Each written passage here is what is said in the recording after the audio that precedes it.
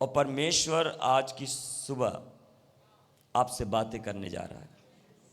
अपनी आंखों को बंद करें, अपने हाथों को उठाएं और कहें, परमेश्वर तेरा दास जो वचन लेकर आया है, मैं तेरे दास को ग्रहण करता हूँ और आपके वचन को, और मैं विश्वास करता हूँ कि जो भी तेरा दास बोलेगा वो तेरी ओर से होगा। और हे परमेश्वर, मुझे आज बता, मुझसे बातें कर कि मेरे जीवन में जो भी परेशानियां जिसका कोई हल नहीं, परमेश्वर जो भी मेरे जीवन में बीत रहा है, इन वचनों के द्वारा खुलासा कर। और परमेश्वर मुझसे बातें कर, मैं तेरी आवाज़ को सुनना चाहता हूँ। मैं अपने कान को खोलता हूँ, मैं अपने हृदय को खोलता हूँ और मैं तेरे वचन को अपने जीवन में ग्रहण करता हूँ। आज मैं विश्वास करता हूँ कि ये वचन के अंदर छुपा हुआ होगा मेरे लिए भविष्यवाणी, मेरे लिए एक शब्द जो मेरे लिए होगा। मैं अंगीकार करता हूँ। और हे परमेश्वर, शैतान को, उन सारी रुकावटों को जो शैतान तेरे वचन को समझने के लिए और मुझे रोकता है, ऐसी स्पिरिट को, ऐसी आत्मा को मैं डांटता हूँ। और हे परमेश्वर, तेरे वचन को मैं अपने हृदय में रखता हूँ, मैं अपने मनों में रखता हूँ और मैं विश्वास के साथ इन वचनों को पकड़ता हूँ और अपने हृदय में परमेश्वर से पनपने देता हूँ, बढ़ने देता हूँ, जड़ पकड़ने देता हूँ, यीशु मसीह के नाम से। सब लोग बोले आमीन, हालेलुया, बोले हालेलुया। ताली बजा के परमेश्वर का धन्यवाद दें।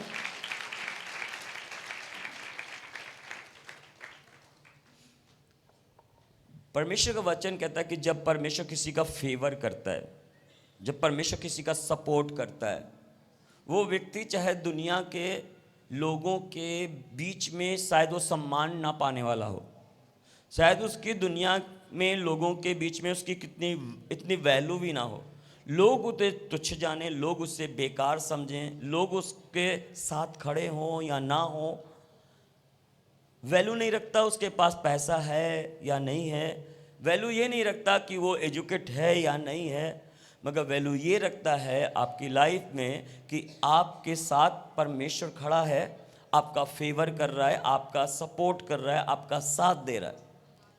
मायने ये रखता है कि कौन आपके साथ खड़ा है, मायने ये रखता है कि फेवर आपका कौन कर रहा है। आपकी ज़िंदगी के अंदर चाहे आप टूटे हुए हों, चाहे आप ठुकराए हुए हों, चाहे आपको निकाल दिया गया है, चाहे आपका अपमान किया गया है, आप इसके लिए रोए ना, इसके लिए आप परेशान ना हो। कोई आपके साथ जो है दिया नहीं दिया, इसके लिए आप चिंता ना करें। कुछ चीज़ें आपसे अलग हो गई, उसके लिए आप जो है परेशान ना हो। कुछ चीज़ें आपके जीवन में सही नहीं हो रही हैं, तो आप ये ना देखें कि नहीं सही हो रही हैं, मगर ये देखें कि इस समय में भी, इस पल भी परमेश्वर मेरे साथ है और वो मेरे फेवर में है। मैं एक समय मेरे लिए होगा जब परमेश्वर मुझे निकालेगा, एक समय होगा जब परमेश्वर मुझे उठाएगा, एक समय होगा जब परमेश्वर मुझे खड़ा करेगा, एक समय होगा जब परमेश्वर मुझे सब लोगों के बीच में ऊंचा और सम्मान के रूप में खड़ा करेगा। हालेलुया।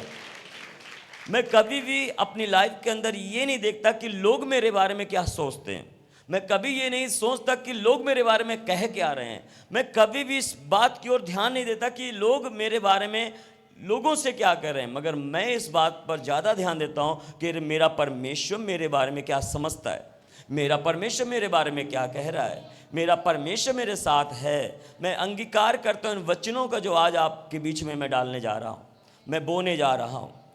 एक औरत के बारे में मैं आज आपको बताऊंगा, और उत्पत्ति की किताब में जो है उस बहन के बारे में, उस औरत के बारे में बहुत ज़्यादा दुखदाई स्थिति उसकी थी वहाँ पर। और हैरानी की बात है कि वो जो है, जब आप वचन को आप आगे आगे सुनते जाओगे, आपको लगेगा कि परमेश्वर आज मुझसे बात कर रहा है। हालेलुया। और परमेश्वर का वचन कहता है कि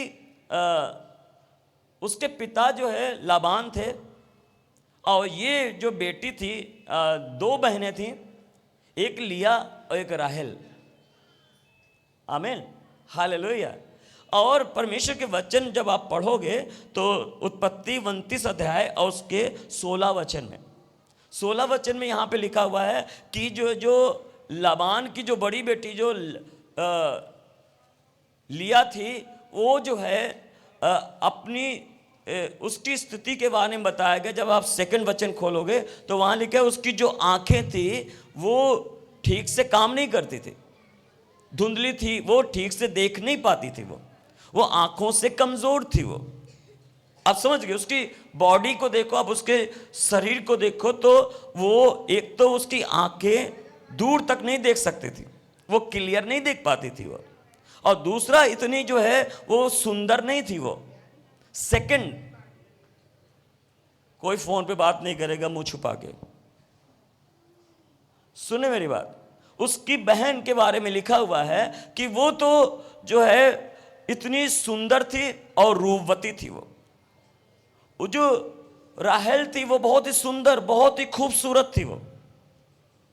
और तब बाइबल में लिखा हुआ है कि जब याकूब जो है उसके घर के अंदर आता है और उसने जो है छोटी को देखता है, जो राहेल को, तो उससे वो भा जाता है, उससे वो पसंद करने लगता है।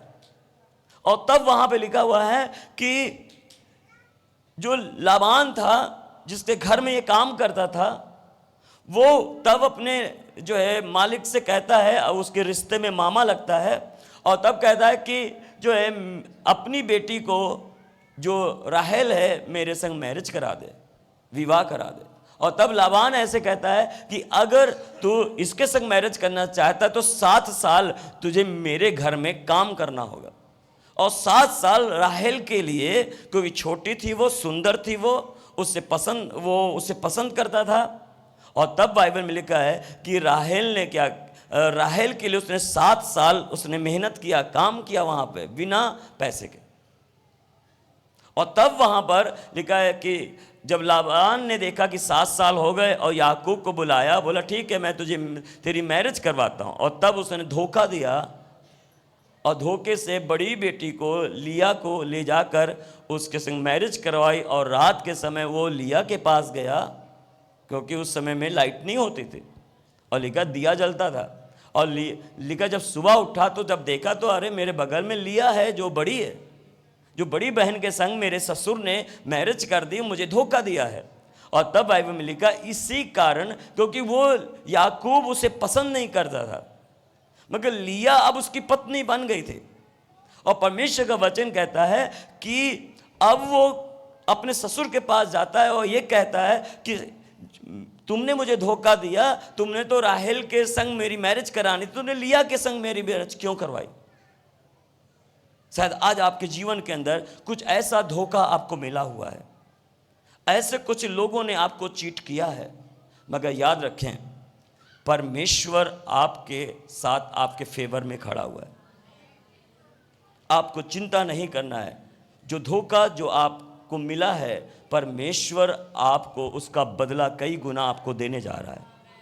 आमीन। मगर मैं लिया के बारे में बताऊं, परमेश्वर का वचन कहता है कि तब जो है राहेल के लिए ससुर के पास जाता है, कहता है, ससुर कहता है 7 साल तुम्हें और मेरी सेवा करनी होगी, मेरे घर में काम करना होगा, और 7 साल के बाद तुझे छोटी के संग, राहेल के संग भी मैं मैरिज करवाऊंगा।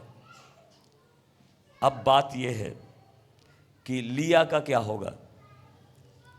परमेश्वर का वचन कहता है कि जो लिया थी वो दुखी थी, क्योंकि पति ने उसे ग्रहण नहीं किया। वो दुख में थी, उसे पसंद नहीं करता था, उसे प्यार नहीं करता था, उसे जो है उसके पास नहीं जाता था। वो जो है लिया इस बात को सोचकर रोया करती थी।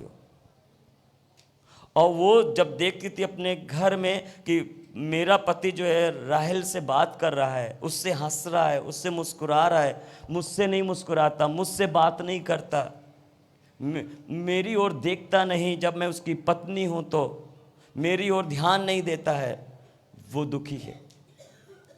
हालेलुया। शायद आज आपके जीवन के अंदर ऐसा कुछ होगा जहां पर लोग आपको इग्नोर कर रहे हैं, जहां लोग आपके साथ नहीं हैं, लोग आपको पसंद नहीं कर रहे। आप सही हो, आप जो है, आप जैसे भी बनाए गए, आप सुंदर बनाए गए, जैसे भी हो आपको परमेश्वर ने परफेक्ट बनाया है।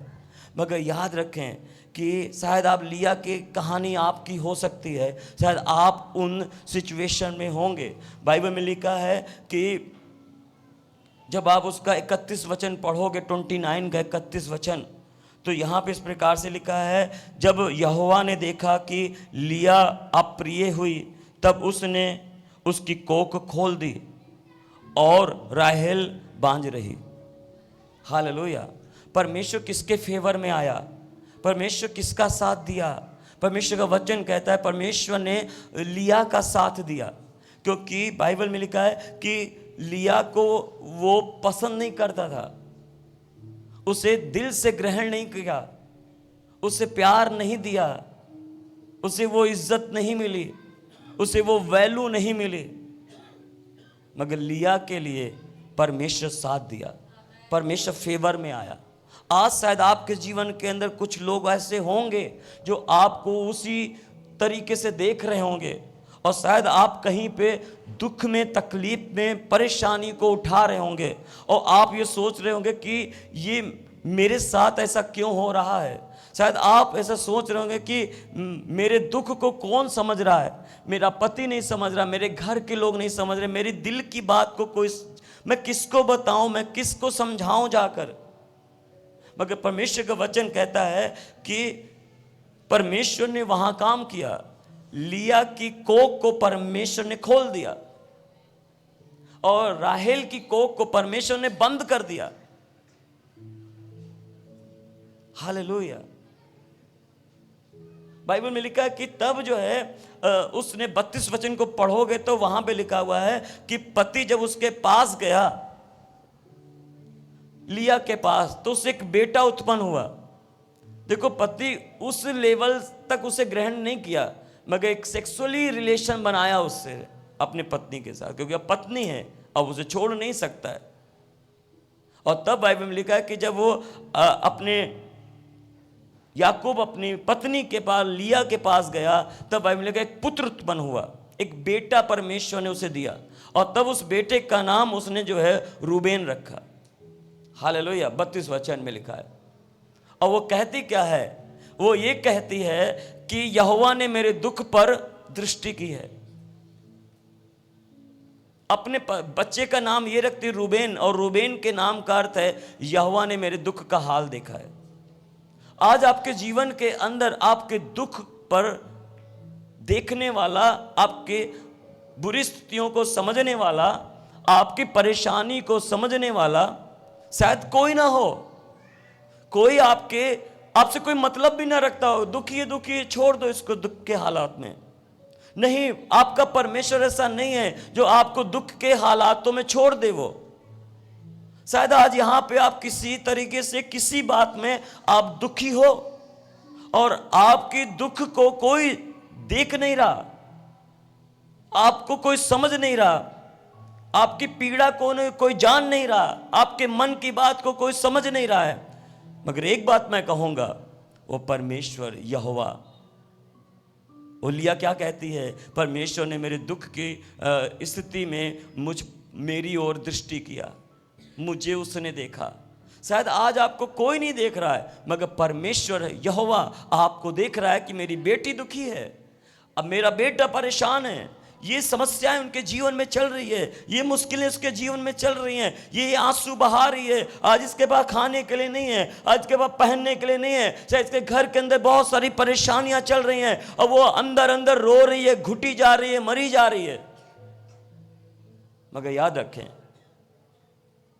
परमेश्वर वो आपके उस सिचुएशन को देख रहा है, उसने आपको देखा है, उसने आपको आंसू बहाते हुए देखा है, उसने आपको रोते हुए देखा है, उसने आपको जो है परेशानी में देखा है, उसने आपको चिंताओं में देखा है। और वो देख रहा है कि मेरी बेटी इस समय में, इस सिचुएशन में, जब उसका पति पूछ नहीं रहा, जब जो है उससे प्यार उस तरह का नहीं मिल रहा है और ये दुखी है, और इसके पति ने तो खुद बोल दिया है कि राहेल के संग मुझे मेरी मैरिज कराना, और वो 7 साल जो है उसके लिए फिर से काम कर रहा है वो, और वो जानता है कि मेरा पति मुझे उस तरीके का प्यार नहीं देता है, भले ही मेरे साथ सोता है मगर वो उसका दिल जो है मेरी तरफ नहीं है, वो तो राहेल की तरफ लगा हुआ है। वो रोती थी वो, मगर उसने कहा परमेश्वर ने मेरे दुख की तरफ देखा है। आज शायद आप विधवा हैं, शायद आप जो है कुछ स्थिति में, आपके घर के हालातों में शायद आप जो चीज़ को सोच रहे हैं अब वैसा नहीं हो रहा है, मगर याद रखें वो दुख के और परमेश्वर देख रहा है। लिखा टूटा हुआ मन यहोवा के समीप बलिदान है। जब आप रोते हैं, बाइबल में क्या लिखा है कि तुम्हारे आंसुओं को मैं कुप्पी में संभाल के रखता हूँ। आपके एक एक आंसुओं को परमेश्वर कुप्पी में संभालता है। वो आपके दुख को, तकलीफ को कोई चाहे ना जाने ना समझे। आप परमेश्वर को बिना आप सोचते कि मैं किसी को बताऊं तो मैं किसको बताऊं, मगर एक परमेश्वर है बिना बताए वो आपके करीब आता है और कहता है मेरी बेटी तुझे चिंता करने की ज़रूरत नहीं है, मेरी बेटी तुम्हें रोने की ज़रूरत नहीं है, तुम्हें दुख मनाने की ज़रूरत नहीं है, शोक मनाने की ज़रूरत नहीं है। मैं हूँ तेरे साथ। कोई खड़ा हो ना हो, कोई तेरा साथ दे ना दे, कोई तुम्हें समझे ना समझे, मगर मैं तुझे समझता हूँ। मैं जानता हूँ कि इस समय तुम्हें जो पीड़ा हो रही है, इस समय जो तुम्हें तकलीफ़ हो रही है, मुझे मालूम है, और मैं ये जानता हूँ कि अब ये सदा नहीं रहेगा, मैं इसे ख़त्म कर दूँगा। हालेलुया। क्या आज आपको ऐसी स्थिति में आप हैं तो परमेश्वर आपकी ओर ध्यान दे रहा है और बहुत जल्दी आपकी पीड़ाओं को समाप्त करने जा रहा है, बहुत जल्दी आपकी तकलीफ को हटाने जा रहा है, बहुत जल्दी आपके आंसुओं को पोंछने जा रहा है। हालेलुया, आमीन। और जब उसने सेकंड बेबी को जन्म दिया, 33 वचन को पढ़ोगे, लिया को 6 बच्चे हुए, 6 बेटे और 1 बेटी दीना। और जब लिया को सेकंड बेबी हुआ, उसने 33 में जब आप पढ़ोगे वहाँ पे लिखा हुआ है उसने उसका नाम सिमोन रखा। हालेलुया। और क्यों सिमोन रखा? वो पता है क्या, सिमोन जब नाम वो लेती थी, जब वो रूबेन नाम लेती थी अपने बच्चे का, तो कहते थे यहोवा ने मेरे दुख पर दृष्टि की है। जब अपने रूबेन को पुकारती थी, रूबेन बेटा यहाँ, तो वो जानती थी कि मैं रूबेन कहना क्या चाह रही हूँ। वो कहती थी परमेश्वर ने मेरे दुख पर दृष्टि की है। और जब वो शिमोन को पुकारती थी, जब सिमोन हुआ तब उसने सिमोन जो नाम रखा सेकंड बच्चे का, तब वह लिखा है कि मुझे उस अप्रिय जाना, मेरे पति ने मुझे प्यार नहीं किया। अपने बेटे का नाम उसने सिमोन रखा, और सिमोन का मतलब है अप्रिय, ठुकराई हुई, पसंद कोई नहीं करता, मुझे कोई प्यार नहीं करता, मुझे कोई समझता नहीं, हर जगह मुझे ठुकराया जाता है, हर जगह मुझे गिल्टी फील कराया जाता है, हर जगह मुझे अपमान सहना पड़ता है, हर जगह मेरा लोग यूज़ करते हैं, मुझे फ़ायदा उठाते हैं और छोड़ देते हैं। शायद कुछ आपके जीवन में ऐसे हो जब आपको कोई पसंद नहीं करता, आपसे कोई प्यार नहीं करता, कोई आपको जो है आपके करीब नहीं रहता, आपको समझता नहीं है, आपको जो है लोग यूज करते हैं, फ़ायदा उठा लेते हैं आपका, और आप जो है अब परेशान हो, आप रो रहे हो, आप कह रहे हो मुझे कोई पसंद नहीं करता है, मैं तो अगले से इतना प्यार करता हूँ, या मैं अगले को इतना अपना फैमिली समझता हूँ, अगले को तो मैं अपना जो है भाई से बहन से बढ़ के समझता हूँ, पेरेंट्स से बढ़ के समझता हूँ। शायद आप जो है आप दूसरे के लिए जान देने तक तैयार होते हो, दूसरों की हेल्प करने के लिए तैयार होते हो, मगर जब तुम्हारी बात आती है तो कोई तुम्हारे साथ खड़ा नहीं होता। जब तुम्हारी बात आती है तो कोई तुम्हें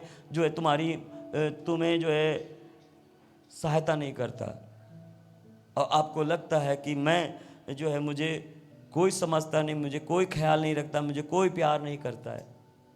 अगर याद रखें, दुनिया आपको अप्रिय जाने, दुनिया तुम्हें ठुकराए, दुनिया तुम्हें ना समझे, दुनिया तुम्हारे संग ना रहे, मगर याद रखना परमेश्वर तुम्हें कभी भी अप्रिय नहीं जानता है। वो तुमसे प्यार करता है और उससे बड़ा प्रेम कोई तुमसे नहीं कर सकता है कलीसिया। उससे ज़्यादा ख्याल तुम्हारा कोई नहीं रख सकता है।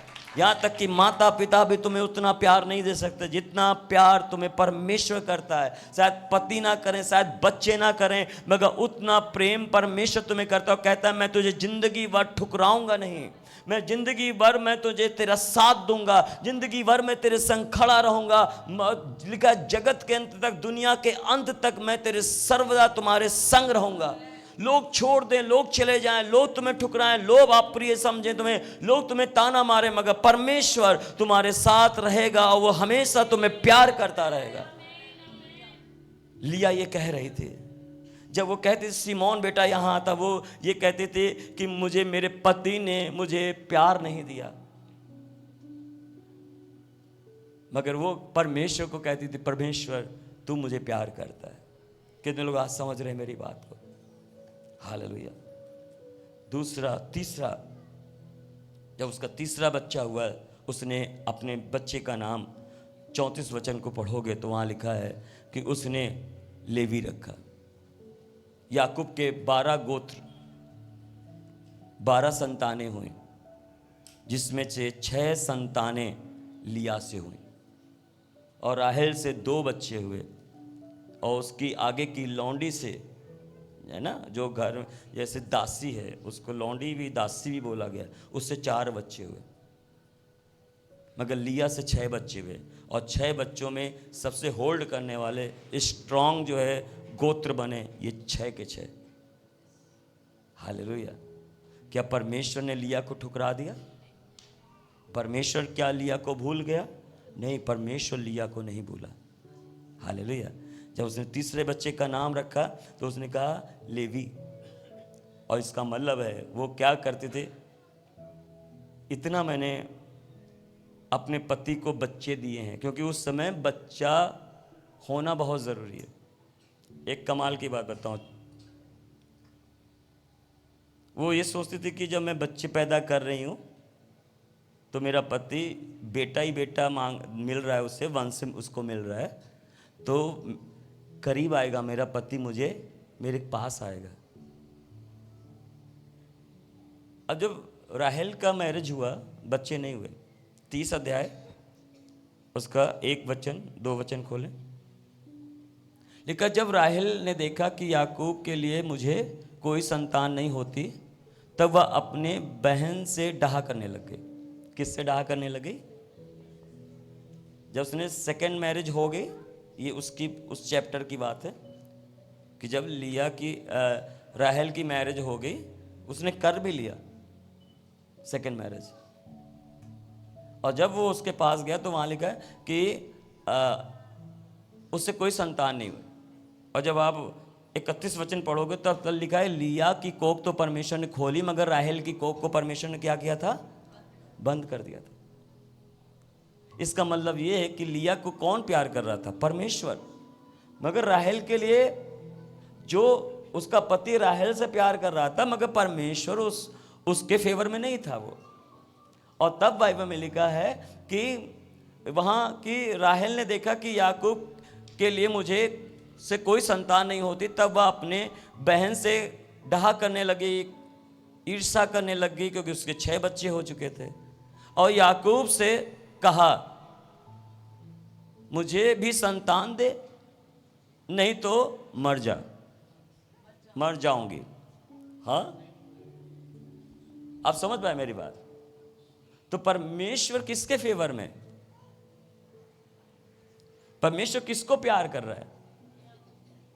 देखिए, वो तो डाहा कर रही है, वो तो ग्रोथ कर रही है, वो तो ये कह रही है मुझे बच्चा चाहिए, मुझे बच्चा दे। अब वो क्या कहता है? वो कहती क्या है कि नहीं तो मैं मर जाऊंगी। और तब वो क्या कहता है सेकंड वचन में, जब आप देखो तो लिखा, तब याकूब ने राहेल से क्रोध करके कहा, क्या मैं परमेश्वर हूं? तेरी कोख तो उसी ने बंद कर रखी है, मैं कैसे खोल सकता हूं? मैं कैसे बच्चा दे सकता हूं? क्या आप समझते हो कि परमेश्वर याकूब की नज़र में वैल्यू, सुंदरता, वो रूपवान थी, सुंदर थी राहेल, मगर याकूब तो उसे दिल से पसंद करता था, दिल से प्यार करता था, उसने मैरिज भी कर लिया। मगर याकूब को देखें, वो लिया की तरफ कभी भी ध्यान नहीं दिया। बच्चे तो हुए, मगर जो जगह लिया को मिलनी चाहिए वो लिया को कभी नहीं मिली। हालेलुया। मगर आप यहां देखो, परमेश्वर ने उसे जगह दी, उसको वैल्यू दिया, उसकी कीमत बढ़ी। आज आपके जीवन के अंदर शायद कोई आपको जगह ना दे, आपको इंपॉर्टेंट ना समझे, आपको वो वैल्यू ना दे, मगर यार ना, खुदाबंद परमेश्वर आपको वो वैल्यू देता है जो आप कभी नहीं समझ सकते। हालेलुया। आप समझ रहे मेरी बात? कभी भी परेशान ना हो जब कोई आपको वैल्यू नहीं दे रहा है।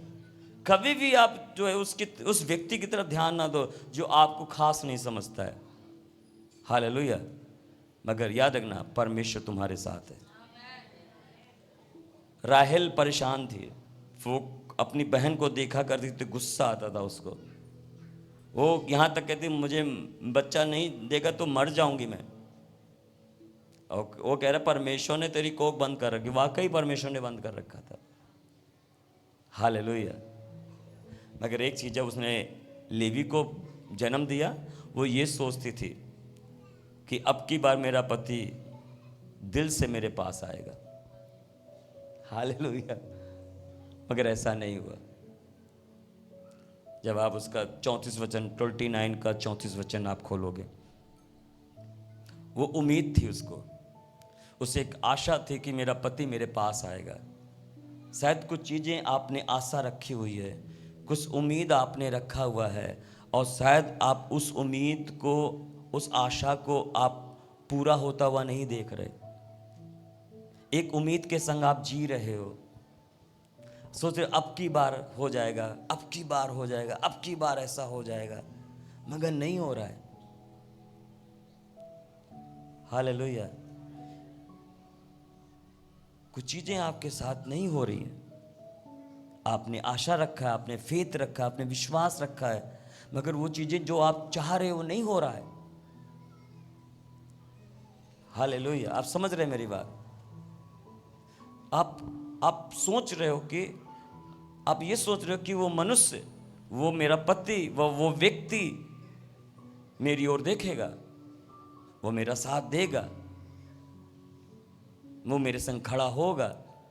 मगर आप ये भूल जाते हैं कि परमेश्वर आपके संग खड़ा है। हालेलुया। आप समझ गए मेरी बात? तो वो ये उम्मीद में थी कि मैंने 3 बच्चे को जन्म दिया है, एक तो दिया, दूसरे को भी दिया, तीसरा बच्चा भी पैदा हुआ है, अब पति मेरी ओर मुड़ेगा, मेरी ओर ध्यान देगा, मुझे प्यार करेगा। मगर ऐसा नहीं हुआ जैसा वो सोच रही थी। शायद आप ऐसे यहाँ पे बैठे हैं, आप एक उम्मीद के संग हैं, आप एक इंतज़ार में हैं, और वो चीज़ें नहीं हो रही हैं। तो इसका मतलब क्या है? इसका मतलब ये है कि परमेश्वर कुछ और प्लान करके बैठा हुआ है। हालेलुया। मगर आपका फोकस, आपका ध्यान उसी जगह पे है। मगर याद रखें, उसको अभी तक ये मालूम नहीं था कि परमेश्वर मेरे लिए क्या करने जा रहा है। उसे परमेश्वर की योजना नहीं मालूम थी लिया को।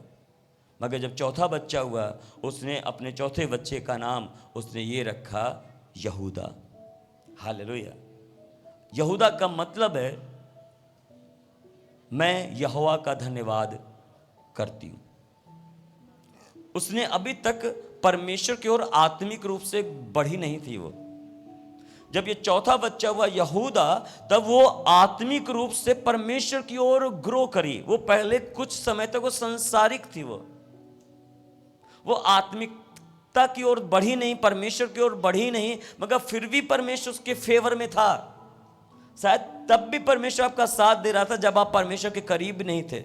अब उसने छोड़ दिया उन लोगों को जो जो सोचती थी कि ये मेरे साथ होंगे, अब उसने क्या किया, एक डिसीजन लिया कि मैं हर बातों में परमेश्वर का थैंक्स करूंगी, मैं हर बातों में परमेश्वर का धन्यवाद दूंगी। अब मैं लोगों का परवाह नहीं करूंगी, लोग मेरे बारे में क्या कहते हैं, लोग क्या कहते हैं। अब उनकी तरफ नहीं, संसार की तरफ नहीं, लोगों की तरफ नहीं, रिश्तेदारों की तरफ नहीं, अपने पति की तरफ छोड़ दिया उम्मीद, और उसने पूरा फोकस अब परमेश्वर की ओर लगाया।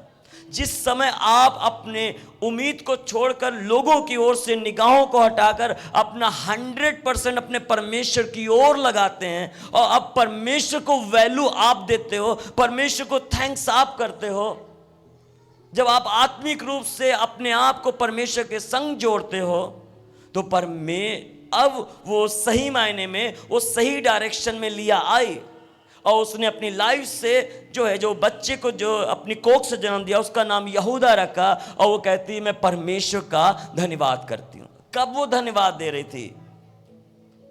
जब उसने सब तरफ से माइंड अपना हटाया। आप याद रखें, परमेश्वर ने 3 बच्चे तो तुझे दिए, चौथा भी दिया है। पति तेरे साथ नहीं, कोई बात नहीं, लोग तेरे साथ नहीं, कोई बात नहीं, मगर मैं धन्य हूं कि मेरी बहन राहेल को बच्चे नहीं हो रहे, मगर मुझे परमेश्वर ने 4 बच्चे दिए, मुझे परमेश्वर ने बच्चा दिया। मैं परमेश्वर की आभारी हूँ, मैं परमेश्वर का धन्यवादी हूँ।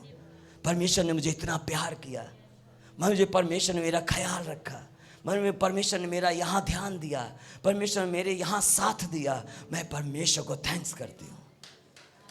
हालेलुया। कितने लोग समझ गए मेरी बात?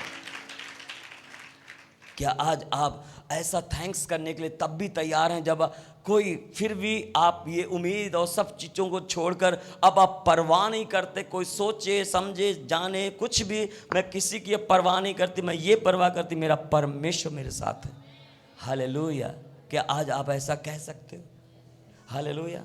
हुआ क्या, जो यहूदा पैदा हुआ, बाइबल में लिखा हुआ है कि सबसे स्ट्रांग पिलर बना अपने गोत्रों का, 12 गोत्रों का, और यहूदा के वंश से दाऊद पैदा हुए, और दाऊद के यही यहूदा के वंश से दाऊद, और दाऊद के बाद आने वाले पीढ़ियों में यीशु मसीह उसी के गोत्र से पैदा हुए, उसी की कोख से पैदा हुए। कितनी वैल्यू परमेश्वर ने ये लिया को दिया, कितना इंपॉर्टेंट परमेश्वर ने लिया को दिया, और कहा हे याकूब, तू राहेल को ध्यान दे रहा है, तू मूर्ख है, तू उसकी सुंदरता, तू उसकी खूबसूरती देखकर तू उसके पीछे पागल है, मगर देख मैंने लिया को ऊंचा उठाया है, मैंने लिया के वंश से उद्धारकर्ता को पैदा किया है, मैं उसके यहूदा से, मैं उसके गोत्र से मैं एक बब्बर शेर पैदा करने जा रहा हूं, और जिसका नाम यीशु मसीह है। हालेलुया, आमीन। यीशु मसीह उस यहूदा के गोत्र से पैदा हुए, उस दुनिया में आए, और सारी दुनिया के जो है उद्धारकर्ता बनकर हमारे बीच में पैदा हुए। हालेलुया। ये किसकी कोख से हुआ? ये किसकी कोख से हुआ? वो लिया की कोख से। हालेलुया। आपकी वैल्यू कौन समझ रहा है? हालेलुया। आपकी वैल्यू कौन समझ रहा है?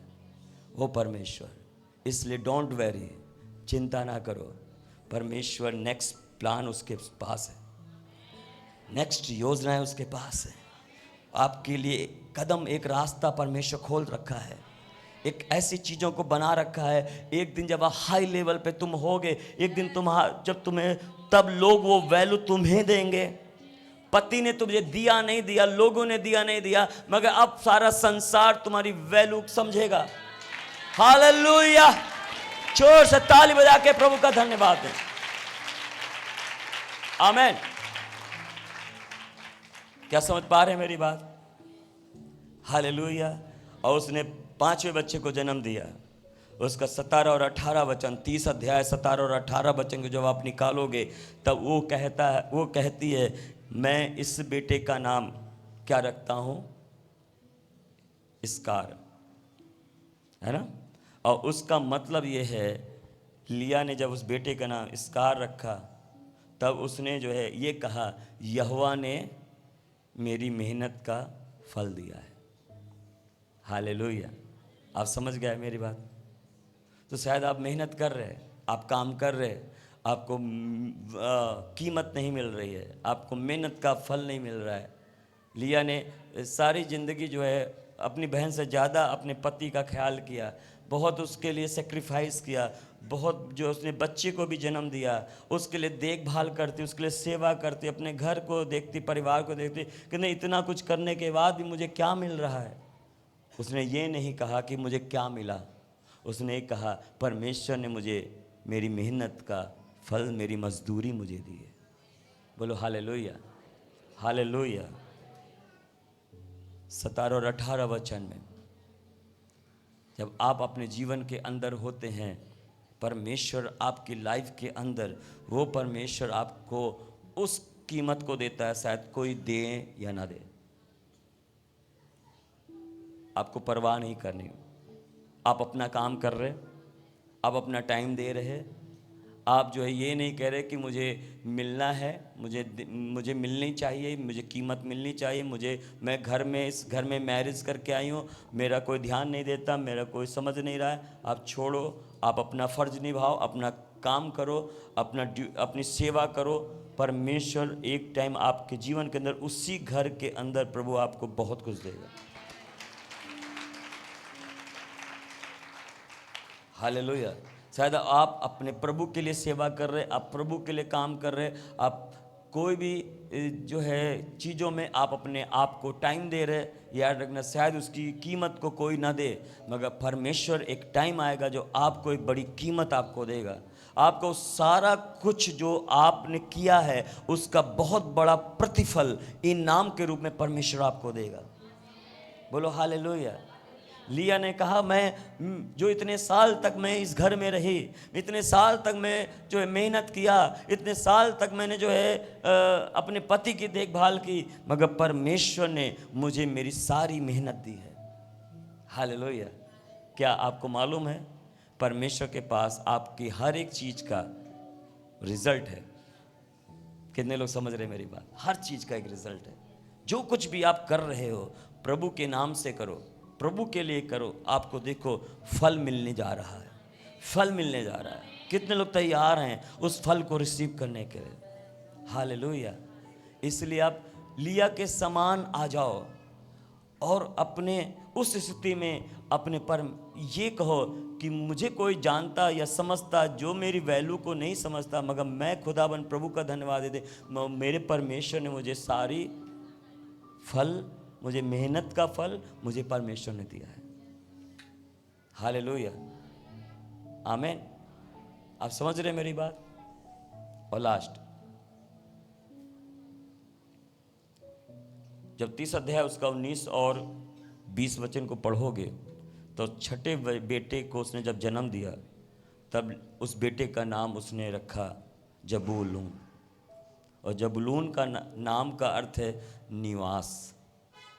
निवास मतलब घर, जहाँ रहते हैं। हालेलुया। इसके मतलब है कि वो शांति, इसका मतलब है वो आराम उससे मिला। आज आपके जीवन के अंदर शायद शांति नहीं है, आज आपके जीवन में आराम नहीं है, आपको कोई ठिकाना नहीं है, मगर एक टाइम है परमेश्वर आपको निवास दे रहा है, वो जगह जहां आप आराम और शांति को अनुभव कर सको। एक ऐसी चीज़ परमेश्वर आपके जीवन में जोड़ने जा रहा है जहां आप आराम और शांति और सुकून से रह सको, जहां आप ठंडकपन को फील कर सको, जहाँ आप शांति को महसूस कर सको, जहाँ आप आनंद को महसूस कर सको, जहाँ आप खुशियों को महसूस कर सको। परमेश्वर ऐसा निवास आपकी लाइफ में जोड़ने जा रहा है। बोलो हालेलुया, हालेलुया। मेरी बात ध्यान से सुने। राहेल की लाइफ में क्या हुआ? राहेल ने आराम नहीं पाया, उसने शांति नहीं पाई, वो कुड़कुड़ाती रही, क्योंकि अब केवल उसके पास 2 ही बेटे हुए, और जब दूसरा बच्चा उसने जन्म दिया तो उसकी डेथ हो गई, मर गई वो।